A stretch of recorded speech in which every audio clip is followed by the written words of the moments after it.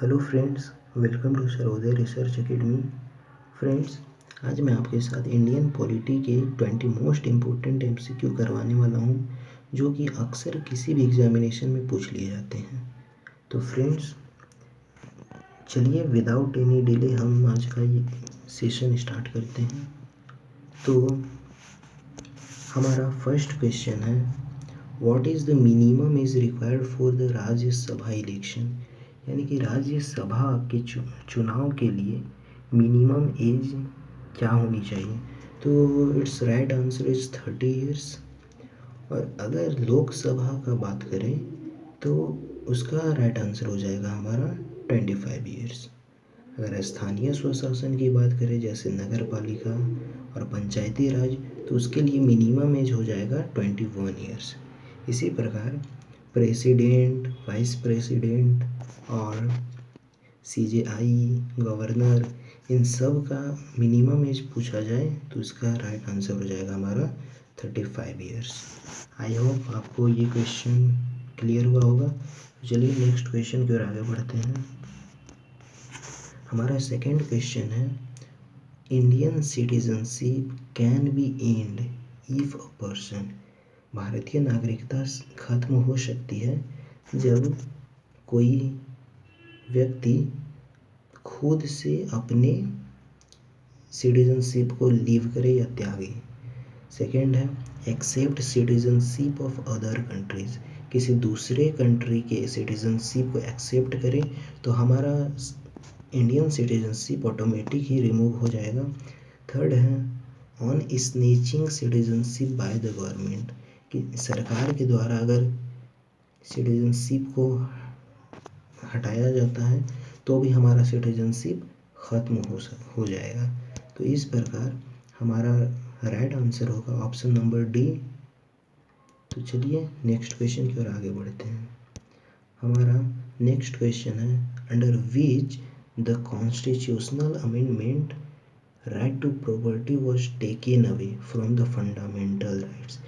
यानी कि संपत्ति के अधिकार, फंडामेंटल राइट्स को कौन से संविधान संशोधन के द्वारा हटा दिया गया था। तो इसका राइट आंसर है 44th कॉन्स्टिट्यूशनल अमेंडमेंट, जो कि 1978 में हुआ था। इसके थ्रू संपत्ति के मौलिक अधिकार को हटाते हुए उसे एक लीगल राइट केवल बना दिया गया, जो कि आर्टिकल 300 का ए में दिया गया है। ठीक है, चलिए नेक्स्ट क्वेश्चन की ओर आगे बढ़ते हैं। हमारा नेक्स्ट क्वेश्चन है, which among the following articles are provided right to freedom. यानी कि स्वतंत्रता का अधिकार निम्नलिखित में से कौन से आर्टिकल में दिया गया है। तो it's right answer is option number B, अर्थात आर्टिकल 19 to 22। अगर समानता का अधिकार का बात करें तो उसके लिए आर्टिकल हमारा हो जाएगा 14 to 18। स्वतंत्रता का बात करें तो 19 to 22। और शोषण के विरुद्ध बात करें तो 23 और 24। धार्मिक स्वतंत्रता का बात करें तो 25 and to 28। फिर एजुकेशनल एंड कल्चरल राइट्स का बात करें तो 29 and 30। और राइट टू कॉन्स्टिट्यूशनल रेमेडीज़ का बात करें तो उसका हो जाएगा आर्टिकल 22। आई होप ये क्वेश्चन आपको समझ में आ गया होगा। तो चलिए नेक्स्ट क्वेश्चन की ओर आगे बढ़ते हैं। Which of the following fundamental rights is or are not provided for foreigner citizens. तो it's right answer is option number B, यानी right to freedom of expression जो है वो फॉरेनर सिटीजन्स को प्रोवाइड नहीं किया गया है। चलिए नेक्स्ट क्वेश्चन की ओर बढ़ते हैं। In which article the constitution freedom of press has been included? तो it's right answer is option number B. Article 1919A में प्रेस की स्वतंत्रता दी गई है। नेक्स्ट क्वेश्चन हमारा है, in which amendment of the constitution right to property was taken away from the list of fundamental rights? यानी कि संपत्ति के अधिकार को कौन से संविधान संशोधन के द्वारा फंडामेंटल राइट्स की कैटेगरी से रिमूव किया गया?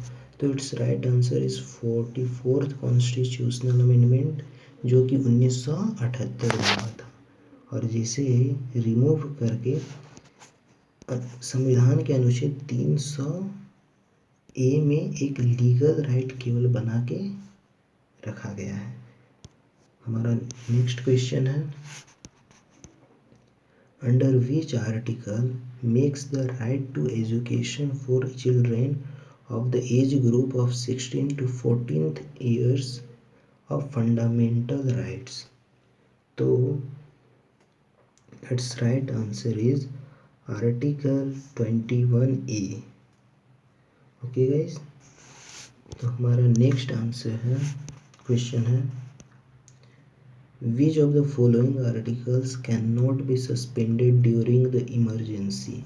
यानी आपातकाल के समय निम्नलिखित में से कौन से आर्टिकल्स को किसी को सस्पेंड नहीं किया जा सकता या स्थगित नहीं किया जा सकता है? तो इसका राइट आंसर हो जाएगा ऑप्शन नंबर डी, यानी कि आर्टिकल 20 को भी सस्पेंड नहीं किया जा सकता है इमरजेंसी के ड्यूरेशन में, और आर्टिकल 21 को भी नहीं। ओके, नेक्स्ट क्वेश्चन है हमारा,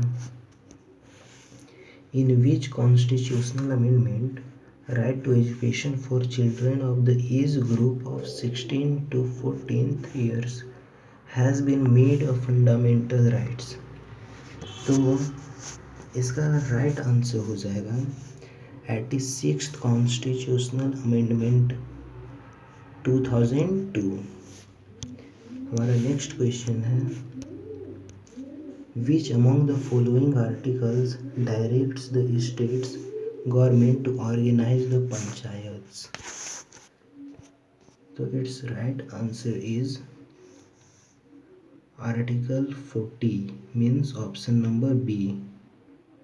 ओके, हमारा नेक्स्ट क्वेश्चन है, under which articles the responsibility has been given to state governments for protecting the environment, conservation and protection of forest and wild life?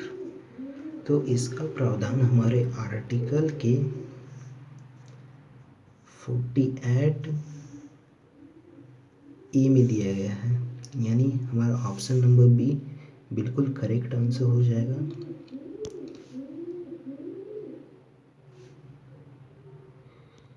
हमारा नेक्स्ट क्वेश्चन है, when was the right to information act came into force as a fundamental rights for Indian citizenship? तो